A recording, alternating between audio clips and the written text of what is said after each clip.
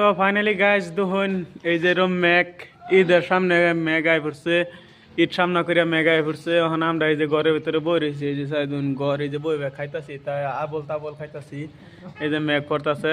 Guys চিন্তা একটাই guys, Eid সামনে করে যে আল্লাহ মেঘ দেওয়া শুরু করে দিল, এখন যদি ঠিয়াদারে পয়সা না দেয় গাইজ আমরা ঈদ করাম কিদ্দা।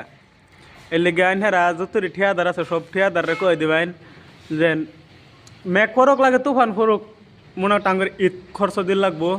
এই দেখুন দয়া মায়া সারে দেখো একটা হচ্ছে এই সাইড দেখুন একটা, এই যে একটা এটা গেন্দা, এরা তো কোনো ভালো বুঝে না, তার বাড়ির কোনো টেনশন নাই। কি আঙ্গর তো বহুত টেনশন, গুট আছে, কিস্তি আছে, বাড়ির খাউন আছে, ফুলাফান আছে, মা বাপ আছে, ও বাবা বাবা বাবা বাবা গো, ও তো মাথার টেনশন লয় আমি কিবা। আর মেঘ আল্লাহ যা জোর জোরে ফালানি শুরু করে দিছে, আর তো থামাইতেছে না। আজকে 2টা দিন ধরে এক লাগাতার মেঘ করতেছে।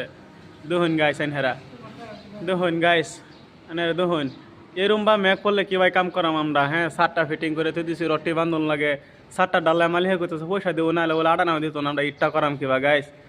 কমেন্টও কইবেন একটু ঠিয়াদার করে বুঝাইবেন।